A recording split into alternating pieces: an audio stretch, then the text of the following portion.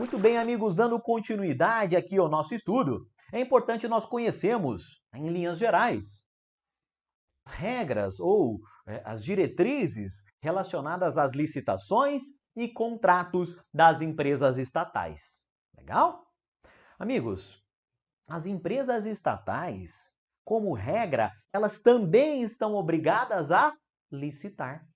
Então, antes de contratar, antes de celebrar um contrato entre a estatal e um terceiro, uma outra empresa, a regra é que seja realizado um procedimento licitatório.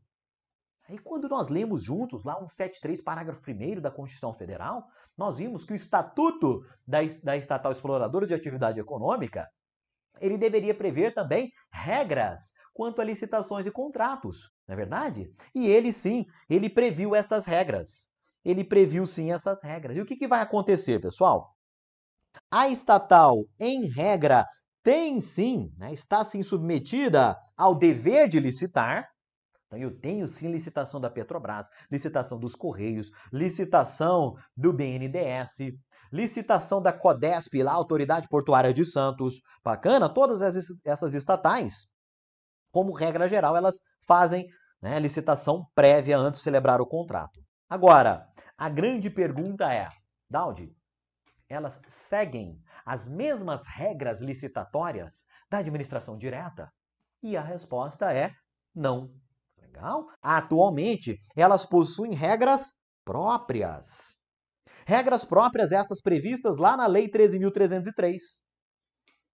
Bacana? De modo que a Lei 8.666, que é aplicável para a administração direta, para as autarquias, para as fundações, como regra geral, a Lei 8.666, anotem aí, não se aplica às empresas estatais. Bacana?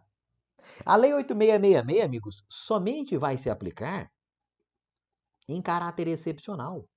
Somente vai se aplicar quando houver previsão expressa na lei das estatais, nessa própria Lei 13.303. Legal? Então, a Lei 8.666, apesar de ser aplicável à administração direta, não será aplicável em regra para as empresas estatais. Elas têm um regime próprio de licitações de contratos. Belezinha? Agora, tratando-se da lei do pregão, que é a Lei 10.520, aqui sim, o pregão é célere, o pregão é eficiente, então o legislador decidiu, por bem, entendeu por bem, manter a aplicação do pregão às empresas estatais. Bacana? Mas se cair na sua prova, as estatais não estão obrigadas a licitar? A resposta é errado. Elas estão sim obrigadas a licitar. Se cair na sua prova, as estatais estão submetidas ao mesmo regime licitatório da administração direta? A resposta é errado. Porque a administração direta, Lei 8.666, principalmente, e as estatais, regras próprias lá da Lei 13.303. Belezinha? Avançando aqui um pouco mais, e já caminhando aqui para a parte final do nosso bate-papo sobre empresas estatais, é importante destacar ainda algumas de suas características principais. As estatais, amigos, não estão submetidas a regime de falência. Então, eu não posso, a lei das falências, ela não se aplica às empresas estatais. Legal? A estatal ela não vai falir, ela não terá sua falência decretada. Se tiver ali alguma necessidade, eventualmente, eu posso até fazer um aporte ali para salvar, sanear as contas da empresa estatal. A regra é que elas não estejam submetidas ao regime de falência, independentemente da atividade desempenhada por elas. Bacana? O que mais? Patrimônio, como é que são os bens das empresas estatais? E aqui tem detalhe, bote um asterisco aqui no patrimônio das empresas estatais, o tema é bacana, o tema é interessante, e aqui tem jurisprudência do Supremo importante. Olhem só. Como elas possuem sua própria personalidade jurídica, as estatais elas possuem patrimônio próprio. Elas possuem patrimônio próprio. Legal? Então, elas acabam possuindo ali os seus próprios ativos, os seus próprios passivos, os seus próprios bens. Bens estes que são considerados bens privados. Bens particulares não são bens públicos, como regra geral. Legal? Porque bem público é aquele bem de pessoa de direito público. Aqui, como a estatal tem personalidade de direito privado, os seus bens são privados. E como regra geral, estes bens são penhoráveis. Tá legal? Estes bens são penhoráveis, estes bens estão sujeitos a penhora. Bacana? Então, se você, se tem uma estatal ali devendo para você uma determinada quantia, você entra com processo, processa a juiz ali a sua ação contra a estatal e pede a penhora. Olha, penhora aí 50, penhora aí 500 mil reais da conta bancária dessa estatal, ela está me devendo. Legal? Então, os bens dela estão, em regra, sujeitos a penhora. Mas tem duas exceções que a gente tem que conhecer para fins de prova. A primeira delas eu vou chamar aqui de E1, exceção 1, e a segunda de exceção 2. Opa! A segunda aqui de exceção 2. Muito bem. A primeira exceção diz respeito à estatal que é prestadora de serviço público. Bacana? Eu tenho ali uma estatal que não explora atividade econômica, ela presta serviço público. O que vai acontecer? Em virtude do princípio da continuidade dos serviços públicos, legal? Em virtude aqui do princípio da continuidade dos serviços públicos, os bens que são diretamente utilizados na prestação do serviço público, amigos, estes bens são impenhoráveis. Tá legal? Então imagine aí. Imagine aí que eu tenho, por exemplo, lá o caso dos Correios. Mais à frente a gente vai comentar ali a situação específica dos Correios. Mas eu tenho um caminhão que os Correios utilizam para transportar cartas. Bacana? Eu tenho ali uma outra estatal prestadora de serviço público. Se aquele bem ele é utilizado diretamente na prestação do serviço público, se eu realizar a penhora daquele bem, o serviço público para. Mas eu não quero, o serviço público não pode parar. Então é por esse motivo que estes bens diretamente envolvidos na prestação de serviços públicos, eles são considerados impenhoráveis por força do princípio da continuidade. Legal? Então percebam que a impenhorabilidade destes bens aqui não decorre da sua natureza jurídica. São bens privados, pertencentes a uma pessoa de direito privado. A impenhorabilidade aqui decorre da finalidade na qual eles são empregados. A segunda exceção é ainda mais restritiva e ela diz respeito à prestadora de serviço público, e aqui não é qualquer prestadora de serviço público. São serviços públicos próprios do Estado, que são prestados em regime não concorrencial, não tem concorrente no mercado. Legal? Só o Estado que presta aquilo. Bacana? Neste caso, amigos,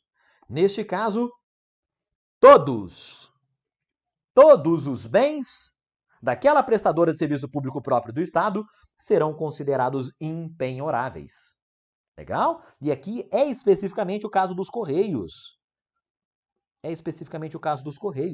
Serviço público próprio do Estado, artigo 21 da Constituição Federal, prestado em regime não concorrencial.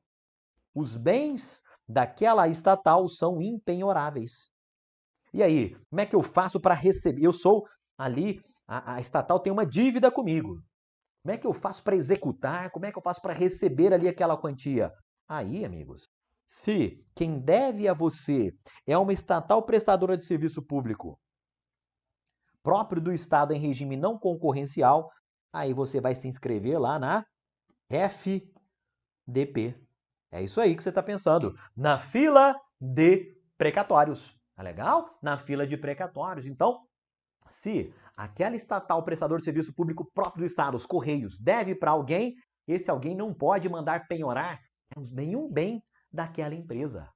Ele vai se socorrer lá no regime de precatórios, que, em princípio, seria próprio das pessoas jurídicas de direito público.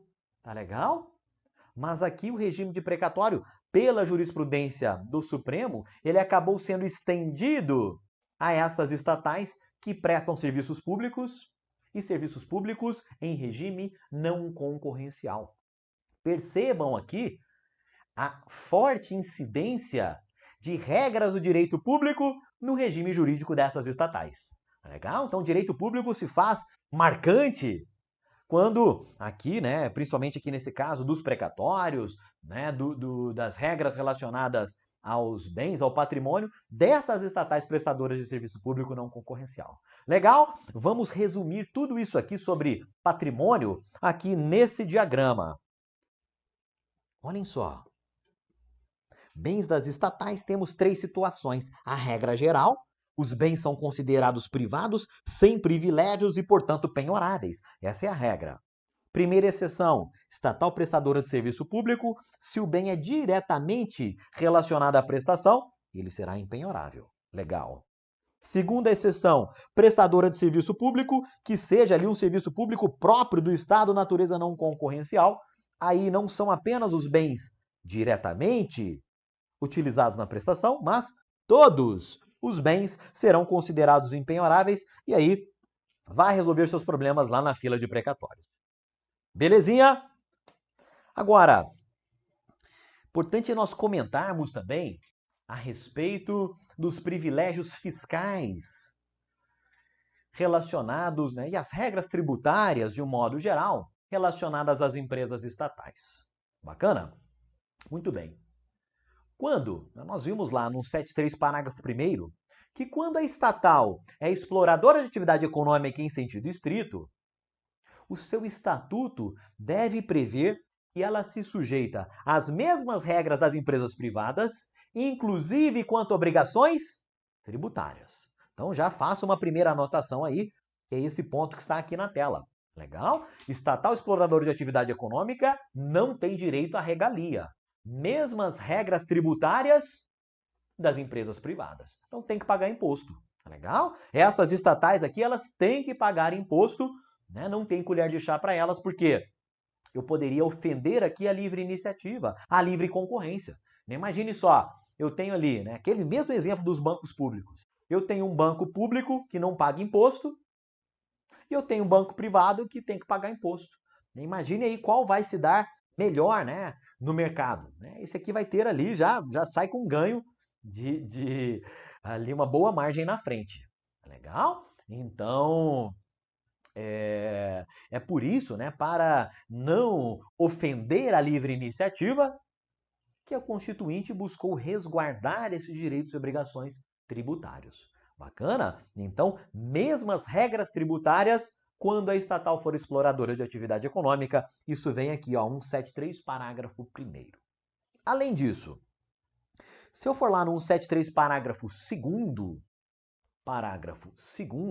eu tenho uma outra regrinha que reforça essa questão do tratamento igualitário, da ausência de privilégios. E no 172, parágrafo 2º, nós temos o seguinte: olha, as empresas públicas e as sociedades de economia mista, né, as estatais de um modo geral, não poderão gozar de privilégios fiscais que não sejam extensivos às do setor privado.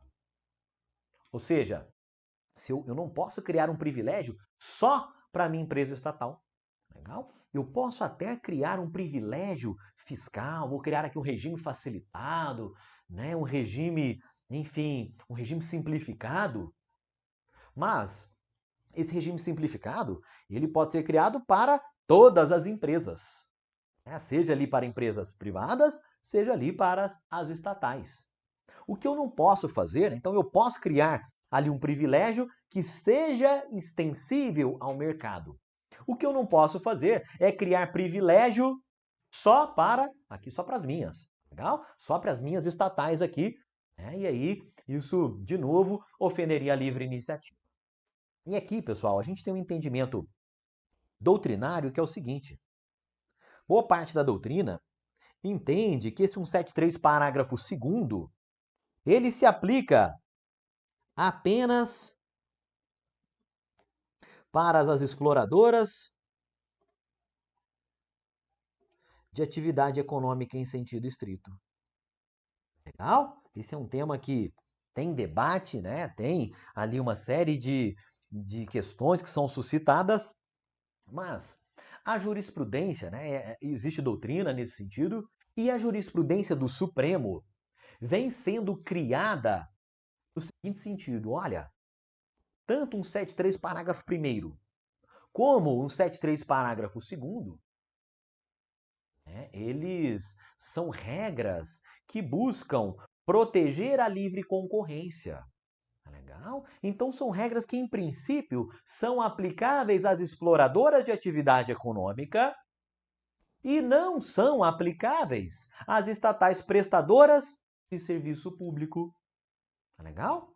E nesse sentido, vejam só, eu vou transcrever aqui na tela para vocês um julgado do Supremo dizendo o seguinte, olha só, vai dizer aqui que as empresas públicas, prestadoras de serviços públicos, distinguem-se das que exercem atividade econômica. Distinguem-se das que exercem atividade econômica, é isso, tudo isso que nós estamos comentando aqui com vocês.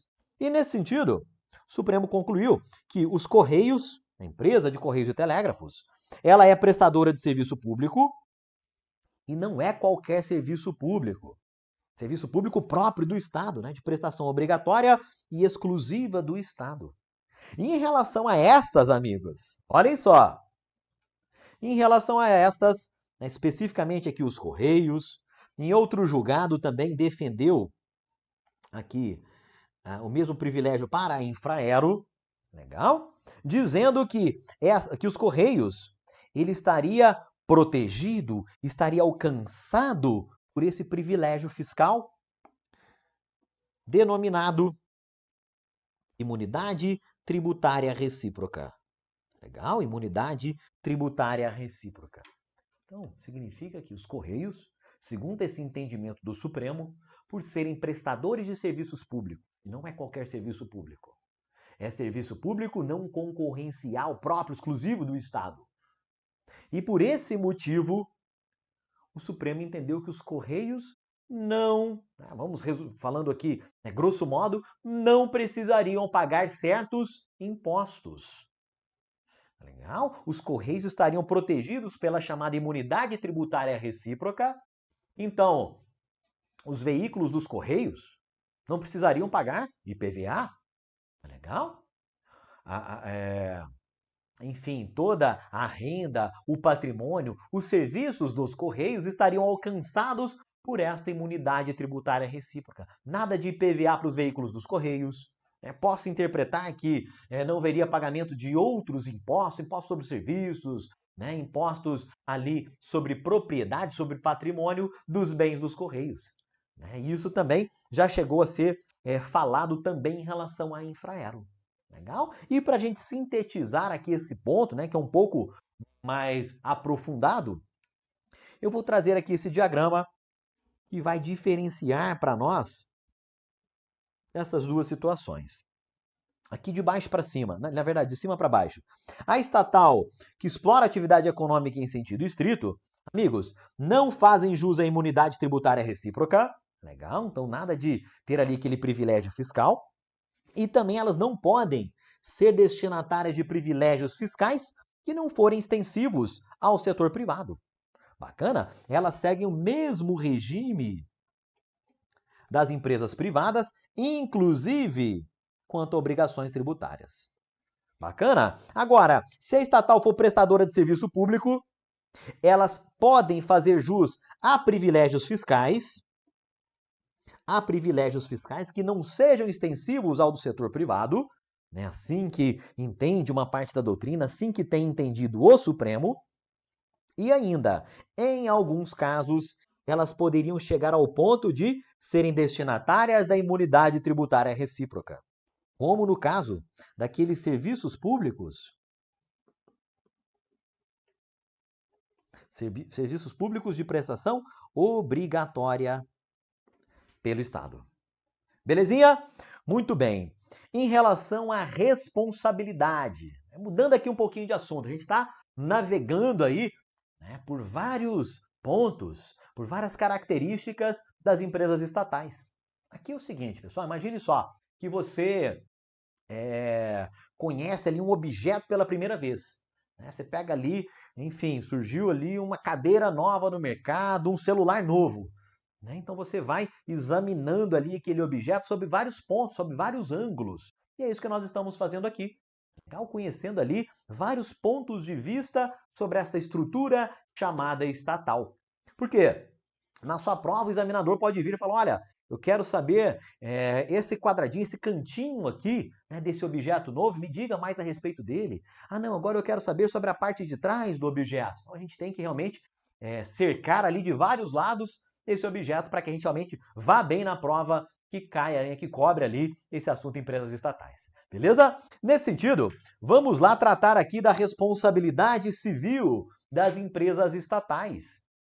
Ora, um agente público da empresa estatal, empregado público, foi lá e causou um dano, causou um prejuízo a outra pessoa.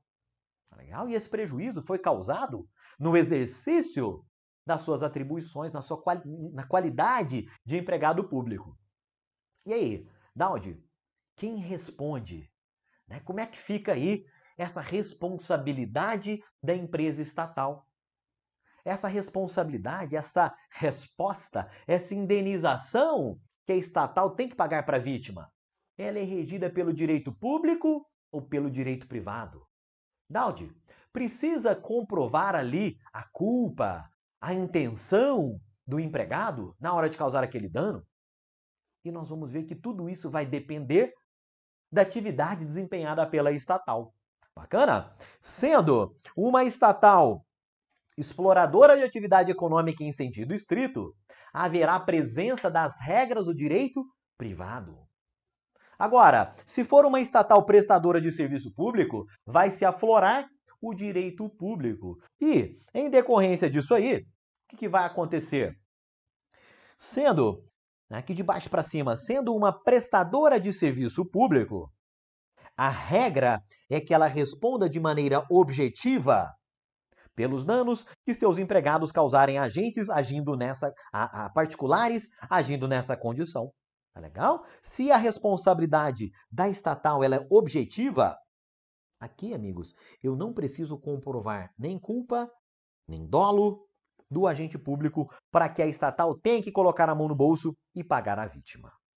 Bacana? Agora, se a estatal for explorador de atividade econômica, a regra é que ela somente tenha que pagar, somente tenha que indenizar a vítima quando houver ali a presença da culpa. Legal? A presença da culpa, e eu vou chamar aqui de culpa, né? Culpa em sentido estrito. Apenas quando houver comprovação do chamado elemento subjetivo da conduta ou culpa, né, em sentido estrito, ou dolo. Então, se a estatal exploradora de atividade econômica, a regra geral é que ela responda pelos danos que seus agentes causarem de maneira subjetiva. E aí aquele processo, amigos, vai ser mais demorado. Aquele processo para se cobrar a indenização, ali eu tenho que comprovar dolo, tenho que comprovar culpa, porque a estatal somente vai responder de maneira subjetiva. Legal? E tem mais um detalhe a título de aprofundamento antes de nós passarmos aqui para as questões de prova. O que vai acontecer? A estatal, ela é uma pessoa jurídica, na verdade? A estatal, ela é assim, ó, uma nova pessoa jurídica. E ela tem ali o seu patrimônio, ela tem os seus direitos, as suas obrigações, inclusive sua capacidade processual. Agora, essa estatal, amigos, ela foi criada por uma outra pessoa jurídica. Na verdade, ela foi criada lá pelo ente político, pelo ente federativo. E vem a grande pergunta, Daldi, o ente federativo, ele paga, ele responde pelos prejuízos provocados pela estatal? Ou seja, imagine aí, a Petrobras causou um prejuízo enorme. A União, o ente político que criou aquela estatal, responde pelos prejuízos causados pela Petrobras? né, lá na Bolsa de Nova York, lá, enfim, a investidores no mundo inteiro? E aí a resposta vai ser o seguinte, olha, a União até responde. O ente criador da estatal até responde, mas ele responderá somente em segundo lugar, somente em caráter subsidiário. Por quê? A responsabilidade primária, direta, é da própria pessoa jurídica, é da própria estatal. Agora, se ela não tiver recursos suficientes para pagar aquela dívida, para pagar ali aquela indenização, se ela não for solvente, aí, amigos, quem passa a responder em segundo plano, subsidiariamente, é o ente que a criou. Dito isso, nós vamos aqui passar as questões de prova sobre esse tema. Tá legal? As questões de prova sobre esse tema. Então vamos lá. Com base em lei específica estadual, foi autorizada a instituição da empresa X, pessoa jurídica, sob a forma de sociedade anônima. Belezinha. Com controle acionário, falou em controle acionário, pertencente ao ente federativo estadual e a uma estatal, né, que eu já sei que é até uma sociedade de economia mista. Beleza? Porque foi autorizada a sua instituição sob a forma de SA e o controle acionário, né, falou em ação, eu já sei que é a sociedade de economia mista, esse controle pertence ao ente federativo estadual e ela foi criada não para prestar serviços públicos, mas para explorar atividade econômica de interesse coletivo. Beleza. Nessa situação hipotética, aí vamos avaliar aqui as 5 alternativas. Letra A. A pessoa federativa, a que estará vinculada à empresa X, será solidariamente responsável pela solvência dos débitos dessa empresa. Isso aqui está errado porque o ente político, pessoa federativa, não responde solidariamente. Vai responder em caráter subsidiário. Beleza? Quem responde, né, primariamente é a entidade, em segundo lugar, a administração direta. B. A empresa X deverá ser constituída como sociedade de economia mista, com personalidade de direito privado, beleza, pertencente à administração indireta. Até aqui está tudo certo, pessoal. A qual é delegada a titularidade de atividade típica do Estado. E aí, pessoal? Deu mole aqui nessa letra B no finalzinho, por quê? Estatal nenhuma, em regra, ela não é criada para atividade típica do Estado. Ela é criada para explorar atividade econômica em sentido amplo. É legal? A atividade típica do Estado, quem é criado, quem faz isso é a autarquia. Bacana? C. Por se tratar de pessoa jurídica que deverá exercer atividade econômica, a empresa X submeter-se-á ao regime jurídico próprio das empresas privadas. E até aqui está correto. É o que está lá no 173, parágrafo 1º. Belezinha? E aí vem salvo em relação a obrigações trabalhistas e tributárias. E é exatamente o contrário, é inclusive, né? Falou que a obrigação trabalhista, tributária, civil ou comercial, mesmas regras das empresas privadas. Letra D. A empresa X submeter-se ao controle do Tribunal de Contas no que concerne aos bens, valores e dinheiros públicos provenientes diretamente do ente público controlador. Pessoal, a letra D é o nosso gabarito, tá legal? Ela está dizendo que a empresa pública, né, na verdade, a sociedade de economia mista, ela está sujeita à fiscalização do Tribunal de Contas.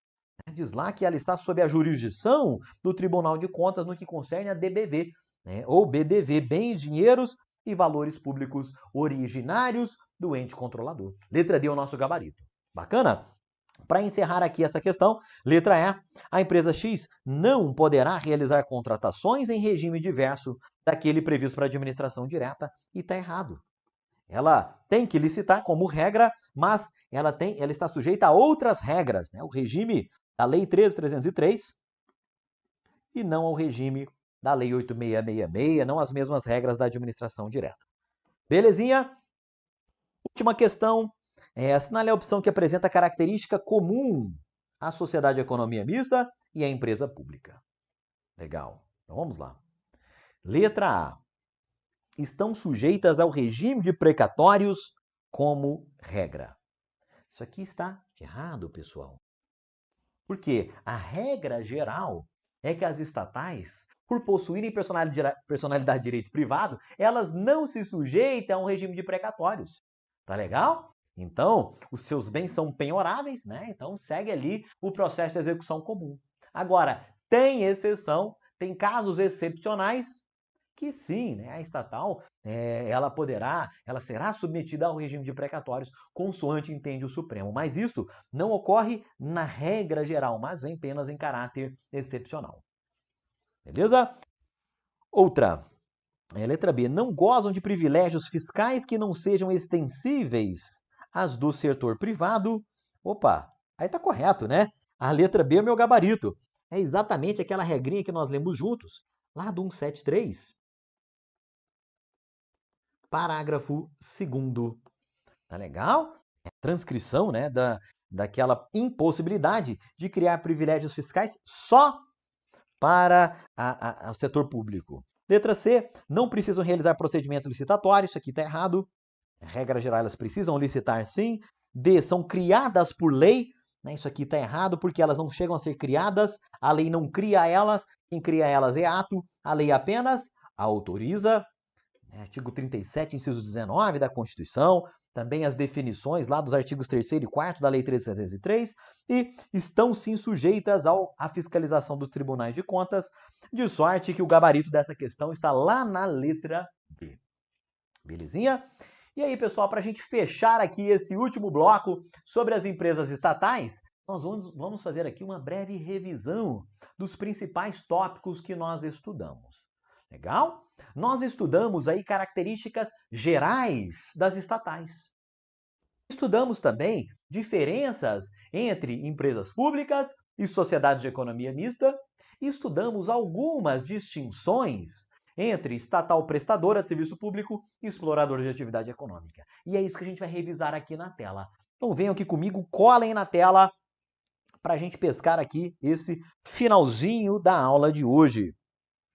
Olhem só, as estatais, de um modo geral, são pessoas jurídicas de direito privado, beleza? Cuja criação é autorizada em lei específica, legal? É necessário que o seu pessoal, como regra, preste concurso público antes de ser contratado. O seu pessoal, em regra, segue regime seletista, salvo o caso dos dirigentes, né? Alguns chegam, inclusive, a serem estatutários. Bacana? Embora sejam agentes públicos, embora sejam empregados públicos, eles não estão protegidos pela estabilidade constitucional, sujeitam-se ao teto remuneratório apenas se forem dependentes dos recursos do Tesouro para custeio e pagamento de despesas de pessoal, bacana, e se submetem sim ao controle externo exercido pelos tribunais de contas. Características comuns a elas, sejam empresas públicas, sociedades, qualquer que seja a atividade por elas desempenhada. Diferenças entre empresa pública e sociedade de economia mista. A forma jurídica. A sociedade de economia mista será sempre uma sociedade por ações, sempre uma SA. A empresa pública admite outras formas societárias. Empresa pública, o capital é integralmente 100% público, ainda que seja ali aquela situação da empresa pública pluripessoal. Bacana? Já a sociedade de economia mista, o seu capital é misto, mas a maioria das ações com direito a voto devem pertencer ali ao poder público. E, por fim, em relação às estatais federais, é importante nós lembrarmos que as empresas públicas federais, nos termos do artigo 109 da Constituição Federal, as suas causas, em regra, são apreciadas pela Justiça Federal. E isto não se verifica, isto não está presente para as sociedades de economia mista federais. E, por fim, distinções a depender do objeto social da atividade da estatal. Se for prestadora de serviço público, a regra é que sua responsabilidade civil seja objetiva, nos termos do 37º da Constituição Federal. Sendo explorador de atividade econômica, a regra é que a responsabilidade seja subjetiva. Bacana? Os seus bens seguem regime de bens privados, mas se prestadora de serviço público e o bem é necessário, né, para a prestação de serviço público, ele será impenhorável. E se for prestadora de serviço público em regime não concorrencial, todos os seus bens são impenhoráveis e ela se submete ao regime de precatórios. Elas não estão sujeitas, né, a privilégios fiscais que não sejam extensíveis ao setor privado, tá legal? Ao setor privado, e esta é uma regra que tem se considerado que ela vale para as exploradoras e não para as prestadoras de serviços públicos. Bacana? E algumas das prestadoras de serviços públicos, quando desempenhar ali serviço próprio, exclusivo do Estado, elas também estariam beneficiárias, né, seriam beneficiadas com a imunidade tributária recíproca. Belezinha? E com isso, meus amigos, nós encerramos aqui este bloco a respeito do regime jurídico das empresas estatais. Espero que tenha sido útil.